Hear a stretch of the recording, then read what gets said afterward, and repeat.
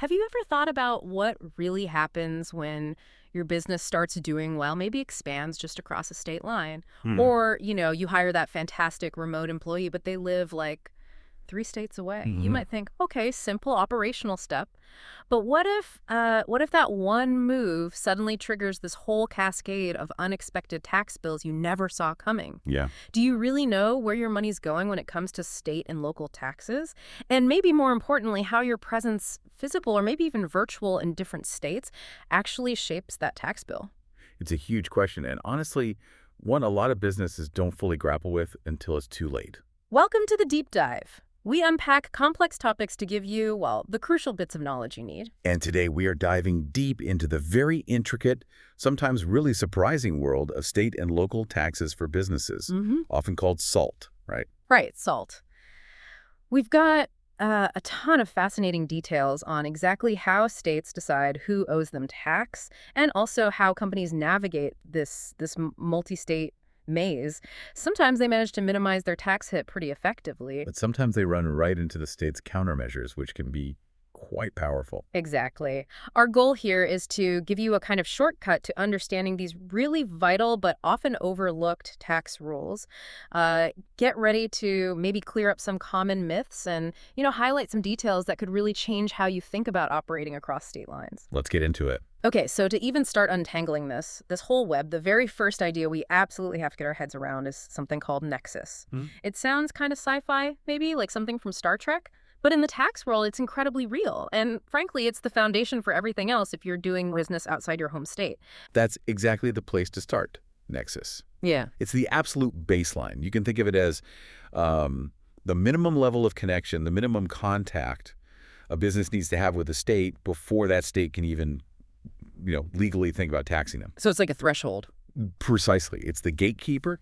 It's the essential link that gives a state the legal green light, the authority to levy taxes on your operations there. Yeah. If you don't have Nexus, well, there's no state tax liability to even talk about for that state. Yeah. It's kind of like the state putting its hand out and saying, okay, you've crossed our border with your business activity, even if it's just employees or sales, so now you're potentially on our tax radar. So how does a business actually cross that line? How is this connection actually defined? Is it still just about having like a building there, or are things changing with, remote work and online everything? Well, historically, you're right. Nexus was mostly about physical presence. Mm-hmm. Did you have property, an office, a warehouse? Did you have employees regularly working in the state, payroll there, significant sales reps on the ground? If yes, you probably had Nexus. Pretty straightforward, mostly. Mostly. Mostly. But here's where it gets really nuanced today. It's definitely not a one-size-fits-all definition anymore. Each state gets to define nexus through its own specific laws, its own regulations. And that leads to, well, quite a bit of variation in what exact activity flips the switch and creates nexus. Okay, so it's state by state. Very much so. Yeah. And think about today's world, that traditional physical presence standard. It's still absolutely relevant, but it's been stretched, broadened significantly. E-commerce, remote work. These have pushed states to adopt what's called economic nexus. Yeah, I've heard that term. Right. So economic nexus means that even if your company has zero physical footprint in the state, no office, no employees physically there, you can still establish nexus just by having a certain amount of sales or a certain number of transactions into that state. Wow, so just selling online to people there could do it. Potentially, yes. This was really solidified by the Supreme Court's Wayfair decision back in 2018. Right. That mostly impacted sales tax nexus, making it easier for states to require online retailers to collect sales tax. Okay. But for income tax, while physical presence is still kinda the main trigger, states are interpreting physical presence very, very broadly now, especially with remote employees.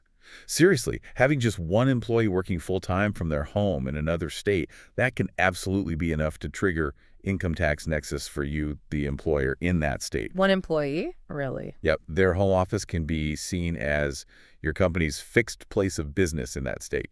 It's a huge deal for countries with distributed teams. Wow, okay.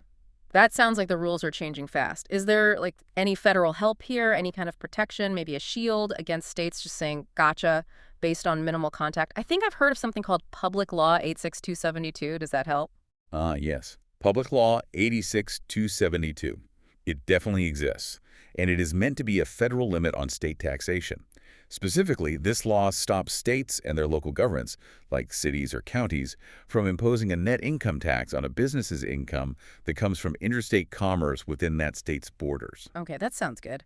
A net income tax shield. That does sound good. But, and this is a really big but, this protection only kicks in under very specific, very narrowly defined conditions. It's not a blanket shield at all. Very specific conditions. That always sounds like there are loopholes or, ways it doesn't apply. What are they exactly? They are indeed quite narrow, and all of these conditions have to be met at the same time. First condition: the only business activity your company has inside that state must be just the solicitation of orders. Just asking for the sale? Pretty much. Just soliciting orders, and specifically for sales of tangible personal property, physical goods, stuff you can touch. That's crucial. It's not services, not digital downloads, not software as a service, tangible property only. Okay, tangible goods. What else? Second condition: those orders you solicit, they have to be sent outside the state for someone else to formally accept or reject them. You can't have your sales rep in the state finalizing the deal on the spot. So approval happens elsewhere. Exactly. And third, if the order is accepted, the goods have to be filled, meaning shipped or delivered from a location that's also outside that state. Okay. Solicit tangible goods, orders approved outside, shipped from outside. Bingo. If and only if all three of those things are true, then the federal law protects you from that state's net income tax. And just to clarify, when the law says person, it means individuals, corporations, partnerships, LLCs. The protection, limited as it is, applies across the board to business types. Okay, so it sounds like it could work for, say, a classic wholesaler shipping widgets from their main warehouse. But what are the big exceptions? What does this federal shield not cover? Because I bet that's where companies get tripped up, especially now. You bet right. The exceptions are huge and often missed. First off, the shield doesn't protect individuals who actually live in the state residence or people domiciled there. If you live there, you pay tax there generally. Makes sense. It also doesn't protect corporations that were actually incorporated under the laws of that specific state. If you're a domestic corporation in that state, no shield for you. Okay. And here's the giant one for today's economy. The law offers zero protection for companies soliciting sales of services or anything else that isn't tangible personal property. So think about software as a service, consulting firms, digital marketing agencies, online streaming services, any business selling intangibles. PL 86-272 generally isn't going to help them avoid state income tax. Wow. So a ton of modern businesses basically get no help from this law. Pretty much. It was written in 1959, geared towards manufacturing and goods-based commerce. The economy shifted dramatically, but the law hasn't kept pace nearly as much. Many digital businesses operate under a false sense of security about it. And it gets even more complicated, right? You said the law targets net income tax. Are there other state taxes this thing just doesn't touch at all, leaving companies exposed in other ways? Absolutely. That's another major crack in this supposed shield. PL 86-272 only stops states from imposing net income tax, and only if those three narrow conditions are met. It does not apply to sales and use taxes. Sales tax is separate. Completely separate. And sales tax nexus, especially after Wayfair, can be triggered just by economic activity, those sales thresholds we mentioned. The federal law also doesn't apply to franchise taxes, which some states charge just for the privilege of existing or doing business there, sometimes based on net worth or capital. Okay. And it doesn't apply to gross receipts taxes. It's sometimes called B&O taxes, business and occupation, or CAT taxes, commercial activity tax. These are based on your total revenue, your gross sales in the state, not your net profit. So even if you are protected from state income tax by PL 86-272, which is rare enough. You would still owe a bunch of other taxes. Exactly. You could still have significant bills for sales tax, franchise tax, gross receipts tax. These can add up fast. So you have to look at all the tax types in a state, not just income tax. So, okay, the federal law tries to limit states a bit, but it's pretty narrow. How do the states themselves react to this? Do they just, accept the limitation, or do they push back? Oh, they definitely push back. Because this federal law limits their power to tax income earned inside their borders, you find that most, if not all, states take a very, let's say, protective stance for their own revenue. Meaning they interpret it narrowly. Extremely narrowly. First, they will define solicitation as tightly as possible. Any activity that seems even slightly beyond just asking for the order, like providing post-sale support, handling complaints locally, maybe even doing demos that go beyond simple display, they'll argue that goes beyond mere solicitation, and therefore, boom, you lose the PL 86-272 protection. Okay. And second, as a general rule, states will resolve any gray area, any ambiguity under this federal law in favor of the state, not the taxpayer, naturally. So it becomes an uphill battle for a company to successfully argue, hey, we're only soliciting here, if they have almost any other contact or activity going on, even stuff that seems minor. The state's goal, understandably, is to maximize its tax base, and that often means interpreting this federal shield as narrowly as humanly possible. Hashtag tag tag tag tag C. Activities that definitely trigger nexus beyond simple solicitation. Okay, so that federal shield is looking more like a very small leaky umbrella. Let's make this more concrete. What are some real-world things businesses do that definitely trigger nexus, pushing them way past that simple solicitation idea and into a state's tax net? That's a great question because these are often the tripwires. These are the activities that clearly signal a substantial presence, usually making PL 86-272 irrelevant anyway. Number one, owning or leasing property, tangible personal property or real property. Classic example, if you own an office, a warehouse, manufacturing gear, even just renting a small storage unit in a state, that's clear physical presence. Even just lease. Even leasing. Think about servers too. If you own or lease a server located in a data center in another state, that physical hardware can create nexus. Okay, property. What else? Sending employees into the state. If your employees are physically there for training, like in your example later, or to perform services, or even soliciting sales if they do more than just ask for the order, maybe they can approve contracts. That usually creates nexus. And the remote worker thing again? And definitely the remote worker thing. If you have an employee working from their home office in State B, that employee's home is often treated as your fixed place of business in State B. Almost certainly creates nexus. Huge issue now. Got it. What else? Providing services in the state. Installation, maintenance, repairs, consulting.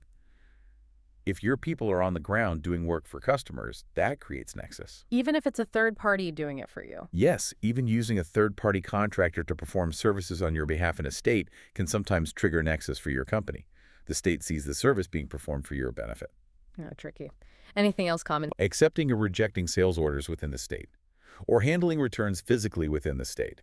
Remember PL 86-272. Order approval had to be outside. If your sales reps can finalize deals or sign contracts in the state, or you have a local process for returns, you're likely beyond mere solicitation. Right. Holding inventory is another big one. Even if you don't have an office, just storing your products in, say, a third-party logistics warehouse, a 3PL, or using fulfillment by Amazon, FBA.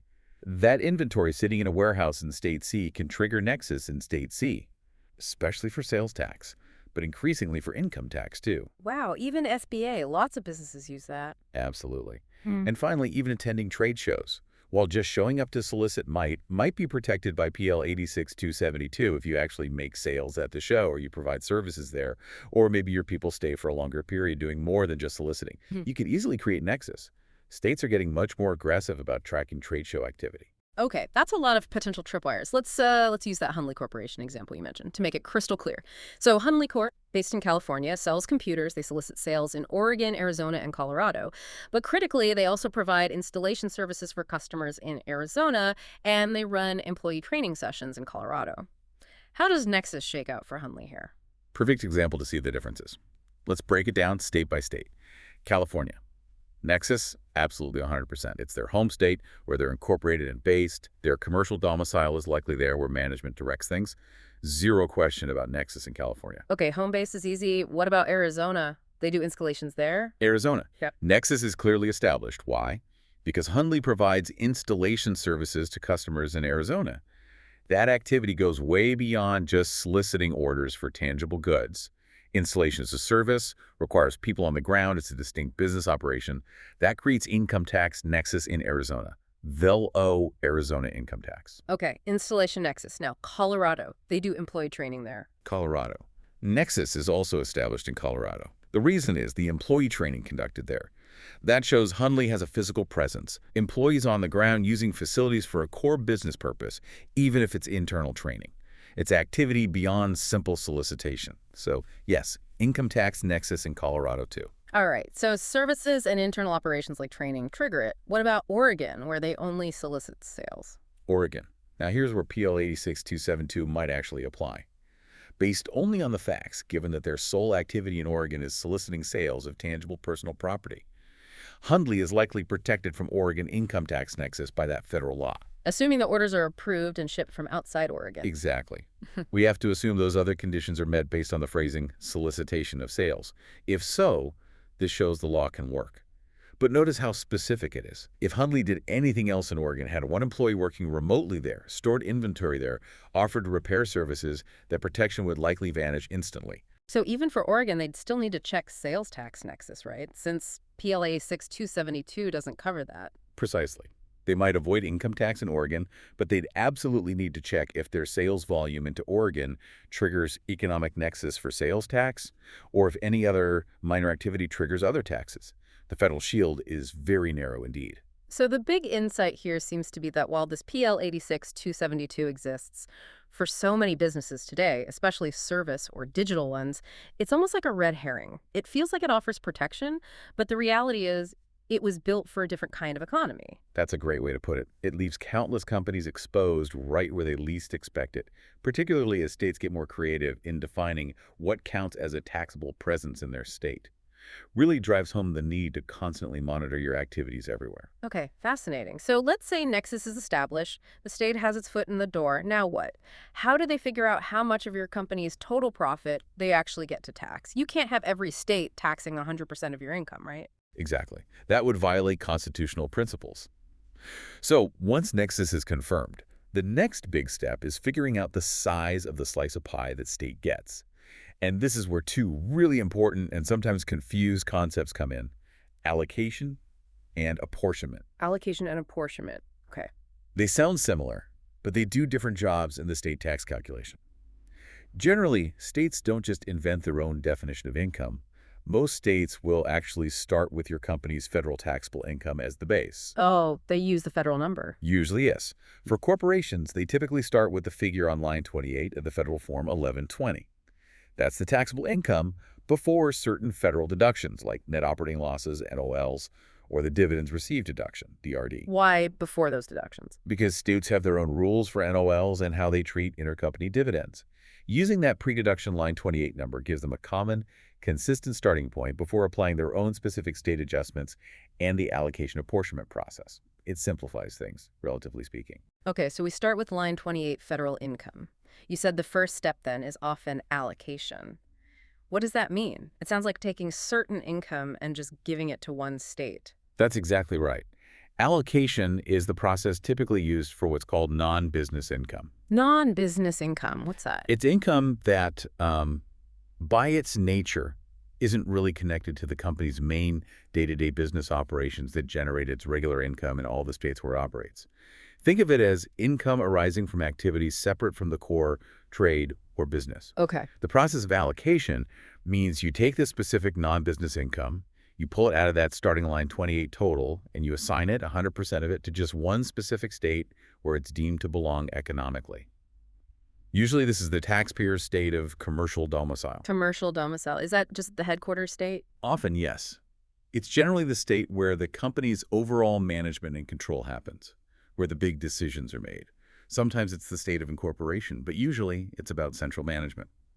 The idea is to assign this specific income to its home base to prevent multiple states from trying to tax the exact same dollar of passive income. Okay, so what kind of income usually falls into this non-business bucket that gets allocated? Can you give some examples? And why does identifying it matter so much? Sure. And identifying it matters because, well, if you can allocate income to just one state, maybe your home state with a lower tax rate or even no tax on that income type, it means less income is left in the pot to be divided up or apportioned among all the states where you operate. So it can be a really significant tax planning point. Ah, okay, so it reduces the pie that gets shared. Exactly. Common examples of allocable non-business income include investment income, things like interest earned on bank accounts or bonds, dividends received from stock investments, capital gains when you sell those stocks or bonds. Generally, this type of income is allocated entirely to the state of commercial domicile. The thinking is this comes from managing the company's overall treasury or investments, not from its operations in, say, state X or state Y. Okay, investment income goes home. What else? Rental income from property, or the capital gains when you sell that rental property. Unlike investment income, this is typically allocated 100% to the state where the actual physical property is located. Makes sense, right? The income is directly tied to that specific location. Yeah, that seems straightforward. Property income stays with the property. Right. And sometimes royalty income from things like patents or copyrights might be treated as non-business income and allocated to the commercial domicile, or maybe where the intellectual property was developed or is managed. This one can be a bit more complex, though, depending on how central that IP is to the company's main business. If the royalty is the main business, it might be apportioned instead. Okay. This is where it seems like it could get interesting for, managing the tax bill. Let's use that shoe corporation example. So they sell shoes in 2 states, that's their main business, but they also have some extra cash not needed for daily operations, right? Not working capital. And they've invested it in stocks and bonds. The plan is to sell these off in 10 years to build a new distribution center. Right, a very common scenario. Lots of businesses have investment portfolios separate from their main operations. The absolute key question here is the income from those stocks and bonds, the dividends, the interest, is it business income because it might eventually fund a business asset? Or is it non-business income? Because right now, it's just passive investment return, totally separate from selling shoes. And the answer matters for taxes. Huge difference. In this scenario, because the investment income from the stocks and bonds does not currently relate to the primary business of selling shoes, the corporation likely has a strong argument to treat it as non-business income. Okay. If they succeed with that argument, they could then allocate 100% of that dividend income, that interest income, and also any future capital gains or losses when they eventually sell those investments entirely to their home state, their state of commercial domicile. So the other state where they sell shoes wouldn't get to tax any of that investment income. Correct. That income would be completely removed from the pool of income that gets apportioned to the other state. This could be a really significant tax saver, especially if the home state has a lower tax rate or exempts certain investment income. Properly identifying and allocating non-business income is a key part of multi-state tax strategy. Okay, so we've pulled out the non-business income, allocated it to its proper home state. Now we're left with the main course, right? The business income. This is the income from actually selling the shoes or providing the services or whatever the company does. How does this income get divided up among all the states where the company has nexus? This is the apportionment part. Exactly. This is apportionment, and it applies to the business income, which is basically that starting line 28 federal income minus any non-business income we just allocated away. This remaining amount is the income directly tied to the company's regular operations across state lines. The amount of this business income that gets apportioned or assigned to any one particular state is usually calculated as a product of two things. First, you need the actual dollar amount of that apportionable business income. Second, you need something called an apportionment factor for that state. Apportionment factor, what's that? It's essentially a percentage. It represents the fraction of the company's overall business activity that occurred in that specific state compared to its total activity everywhere.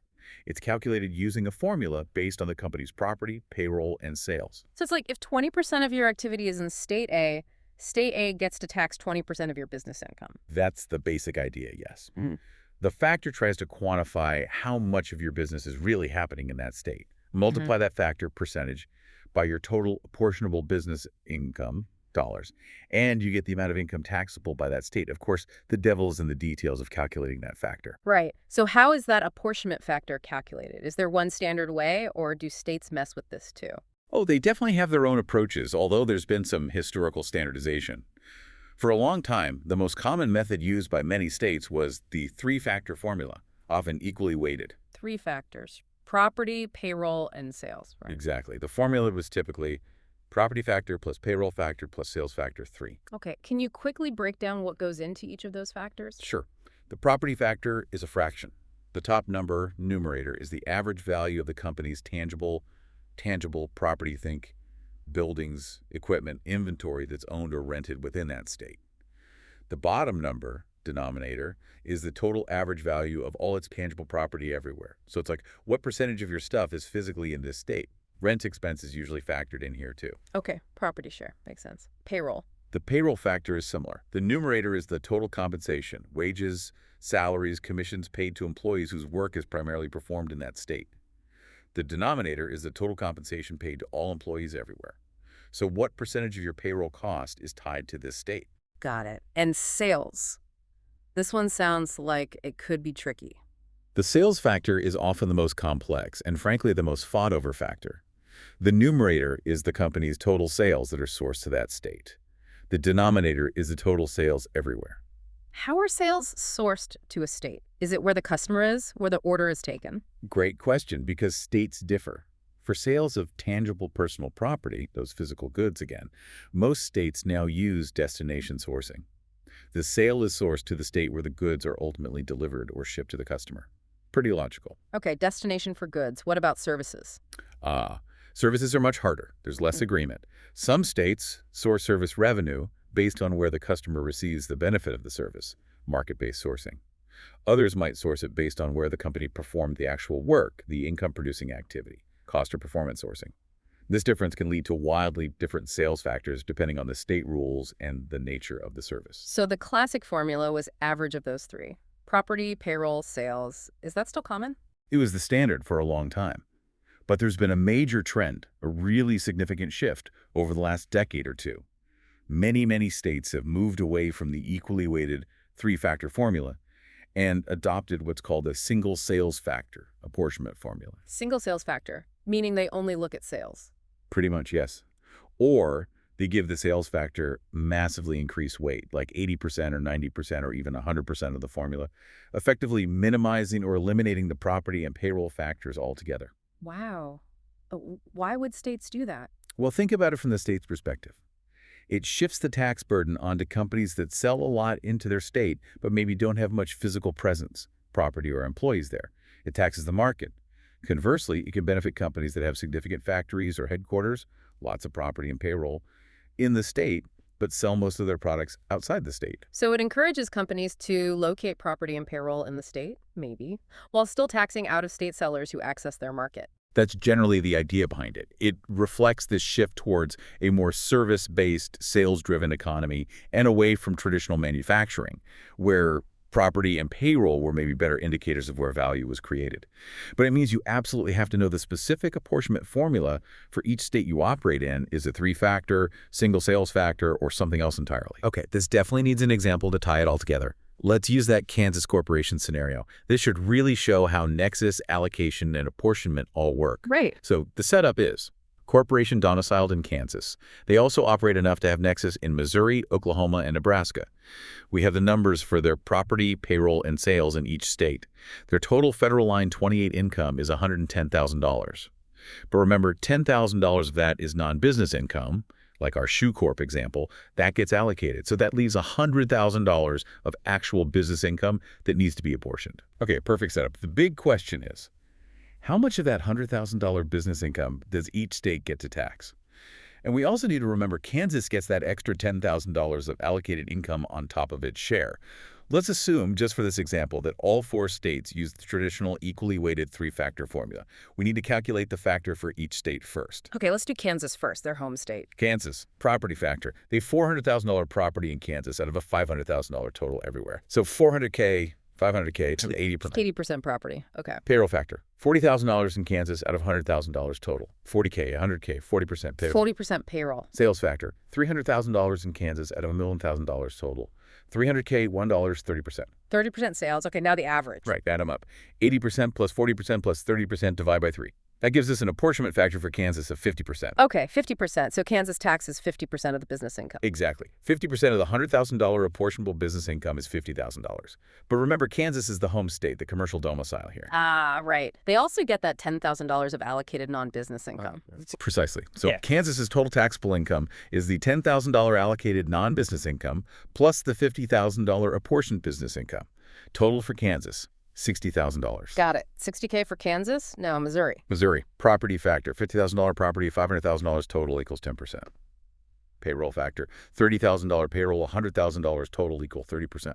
Sales factor, $400,000 sales, $1 million total, equal 40%. Okay, 10, 30, 40, add them up. 80%, divide by 3. Uh-oh, doesn't divide evenly. Right, 80% divided by 3 is about 26.67%. Let's round it to 27% for simplicity here. Okay, 27% factor for Missouri. So Missouri's taxable income is 27% of the $100,000 portionable business income. That comes out to $27,000. They don't get any of the allocated income. 27K for Missouri.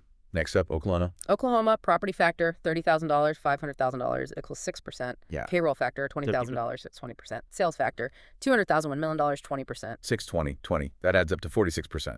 Divide by 3. Oh, 15.33%. Let's call it 15%. Sounds good. 15% factor for Oklahoma. So Oklahoma's taxable income is 15% of $100,000, which is $15,000. 15K for Oklahoma. And finally, Nebraska. Nebraska, property factor, $20,000, $500,000, 4%. Payroll factor, $10,000, $100,000, 10%.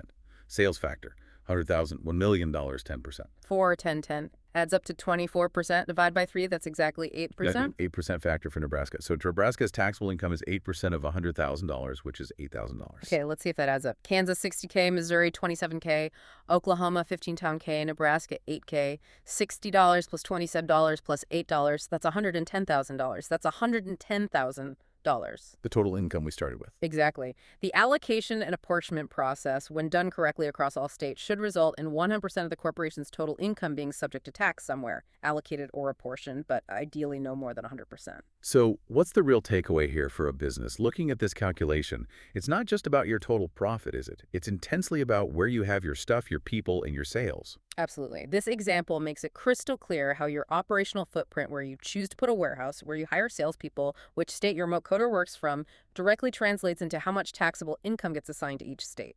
A small change in one factor could shift the percentages around quite a bit. It really can. Opening one small sales office in a new state, or even just hiring one highly paid executive who works remotely from a different state, can significantly alter your payroll or property factors, potentially shifting a noticeable amount of taxable income between states.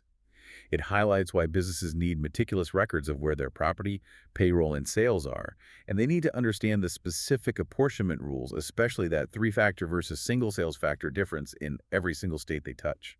Okay, we've seen how states establish nexus, how they allocate and apportion income. It's complex, but, companies are smart. They have tax advisors. They're always looking for ways to structure things efficiently, maybe minimize that state tax bite. Naturally, tax planning is a legitimate business function.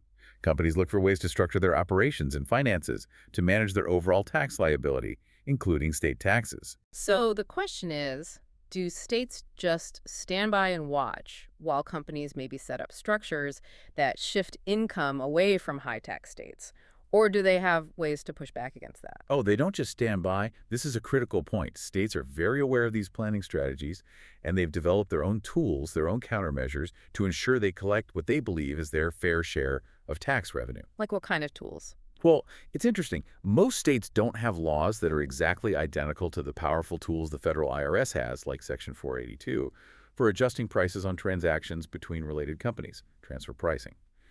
However, many states do have their own powerful statutes that achieve a similar result in certain situations. How so? Many states have laws that give their state taxing authority the power to require a combination of the income of related companies, like a parent, and its subsidiary if they think doing so will more clearly reflect the actual amount of business being done and income being earned within their state.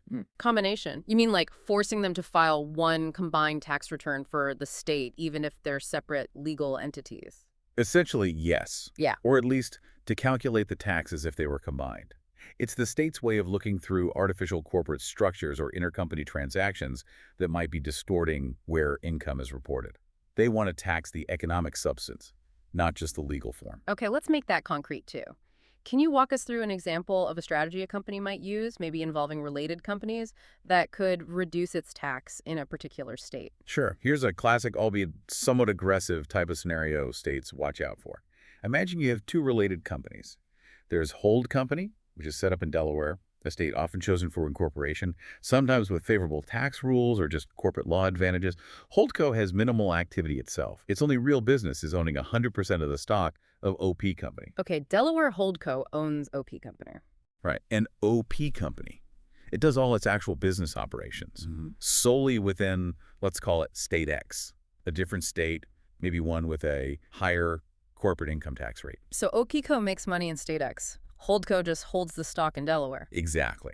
Now, for federal tax purposes, let's say Holdco and OPCO file a consolidated U.S. income tax return. That means their incomes and expenses are combined at the federal level. Also, let's assume Holdco, because it has so little activity, doesn't actually owe income tax in Delaware or in state X. Yeah. And OPCO, since it only operates in state X, doesn't owe income tax in Delaware. Okay, setup makes sense. What's the strategy? Here's a potential play to reduce OP companies' taxable income down in state X. It involves intercompany payments. At the end of every single business day, OP company declares and pays a dividend to its parent hold company, essentially sweeping out all the cash OP company generated that day. Pays out all its cash daily as a dividend. Okay. Then the very next morning, hold company turns right around and lends enough cash back to OP company so OPCO can fund its operations for that new day. Hold on. So OPCO gives cash to Holdco as a dividend, then Holdco immediately lends it back. Precisely. And crucially, this loan from Holdco back to OPCO is structured with an arm's length interest rate, meaning a rate similar to what unrelated parties would charge. And maybe the loan terms say OPCO doesn't have to repay the actual loan principal for, say, 10 years. Okay, I think I see where this is going. OP company is now paying interest on the money it basically just had yesterday. What's the tax impact of this daily dividend then loan dance? Let's start with federal taxes. Okay, at the federal level, remember Holdco and OPCO file a consolidated return. So yes, OP company is incurring a significant interest expense each year. Let's say it adds up to $10 million in interest paid to Hold company. But Hold company is receiving that same $10 million as interest income. So on the consolidated federal return, the expense and the income just wash out, they offset each other. It's exactly. OPCO's $10 deduction is canceled out by Holdco's $10 income. Assuming the interest rate is truly arm's length, the IRS likely sees no net change in the consolidated group's federal taxable income, so they probably wouldn't make any adjustments under their transfer pricing rules. Net effect on the federal tax bill is zero. Okay, zero impact federally. But this isn't about federal tax, it's about state X, where OP company operates. How does the scheme affect OP company's income for state X tax purposes? This is the whole point, right? This is the entire point of the strategy from a state tax perspective. Remember, state X likely bases its income tax calculation on OP company's separate federal taxable income, or a modified version of it, not the consolidated group's income. So state X only sees OP company's books. Right, and on OP company's separate books, what does state X see? It sees that legitimate-looking $10 million interest expense paid to Hold company. This interest expense is deductible for OP company when calculating its income. So OP company's taxable income reported to state X is reduced by $10 million. Correct. As a direct result of this intercompany lending arrangement, OP company's income subject to tax in high-tax state X has been artificially lowered by $10 million. The income has effectively been shifted on paper from OP company in state X to Hold company in Delaware, where it might not be taxed. Without state intervention, state X is losing out on tax revenue from that $10 million. Okay, that seems like a pretty clear way to shift income. So now bring in the state's countermove. If state X's tax auditors discover this daily dividend loan setup, and if they have that income combination authority you mentioned, what happens? How does that power change the outcome? This is where the state pushes back. If state X does have the legal authority to require or force a combination of OP companies and Hold companies' income for state tax purposes, then this whole interest expense strategy gets completely neutralized. How so? Because they look at them together. Exactly.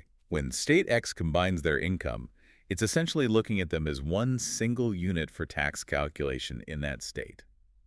So just like on the federal consolidated return, OP company's $10 million interest expense deduction gets offset by Hold company's $10 million of interest income within that combined state calculation. Poof. The deduction disappears on the state return, too. Precisely. The intercompany transaction washes out.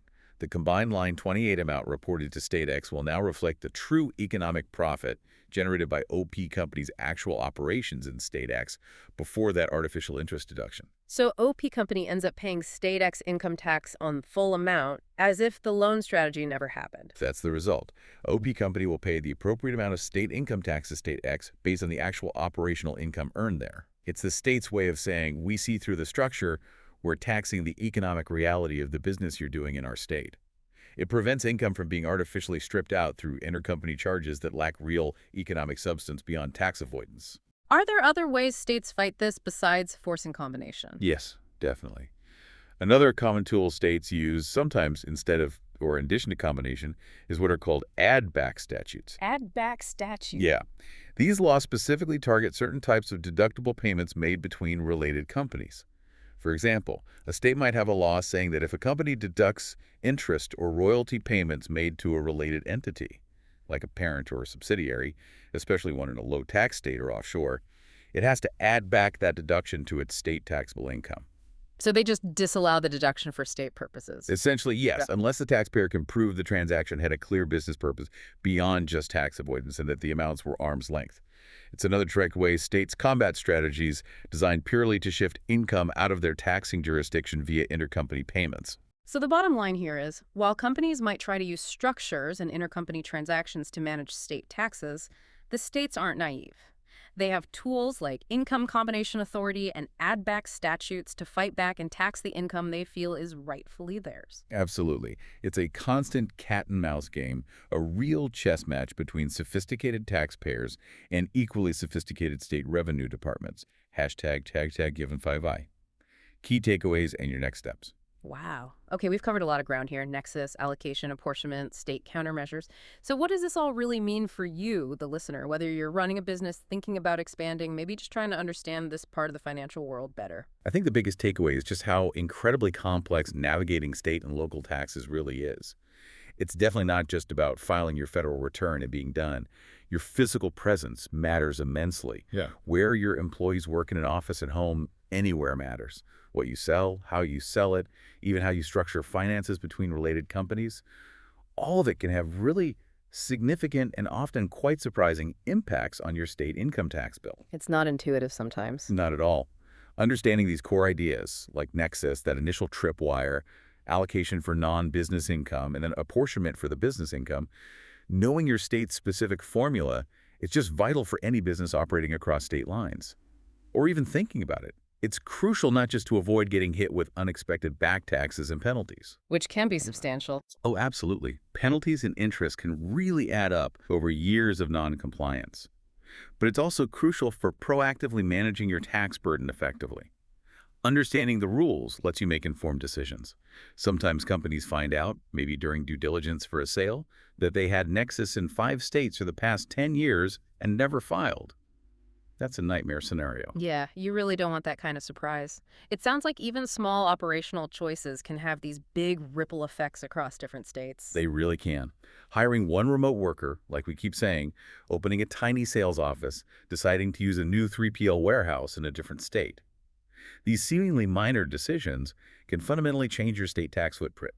It just underscores the need to stay vigilant, keep good records, and really understand the specific rules in every state you touch. What about companies that realize maybe after listening to this, uh-oh, I think we might have had Nexus somewhere and didn't file? Is there anything they can do? Yes, actually, that's a really important point. If a business discovers it had nexus and filing obligations in a state for prior years but failed to file, most states offer what are called voluntary disclosure agreements, or VDAs. Voluntary disclosure. Right. It's a formal process where the company proactively contacts the state's Department of Revenue, admits its prior noncompliance, and agrees to register, file the back returns, and pay the back taxes owed, usually plus interest. Why would a company voluntarily turn itself in? Because the VDA program usually offers significant benefits in return for coming forward voluntarily before the state discovers you on its own through an audit. Typically, the state will agree to waive penalties, which can be hefty, 25% or more, and they often agree to limit the look-back period. So instead of having to file and pay for, say, 10 years of back taxes, they might limit it to just 3 or 4 years. Ah, so it limits the damage significantly. Hugely. It provides certainty and allows the company to get compliant on much more favorable terms than if they wait to get caught. It's often a very strategic move for companies cleaning up past issues. Okay, so lots to think about. Here's maybe a final thought to leave you with. We're in this world where remote work is just exploding, right? Digital services cross state lines instantly. AI is starting to automate business functions that used to require people in specific places. How are states going to keep adapting? How might their definitions of nexus, of business income, of where value is really created, continue to evolve to make sure they get their share in this increasingly borderless economy? That is the multi-billion-dollar question, isn't it? It's this ongoing, fascinating dance between state tax authorities trying to protect their revenue base and taxpayers adapting to new ways of doing business. Market-based sourcing for services, economic nexus, remote employee nexus, these are all attempts by states to keep up. But Technology and business models often move faster than tax law. It'll be fascinating to watch how this continues to play out. Absolutely. Staying informed seems like the best, maybe the only defense. Couldn't agree more. Well, thank you for diving deep with us into the world of state and local tax today. Keep exploring, keep asking questions, and we'll be back soon with another deep dive.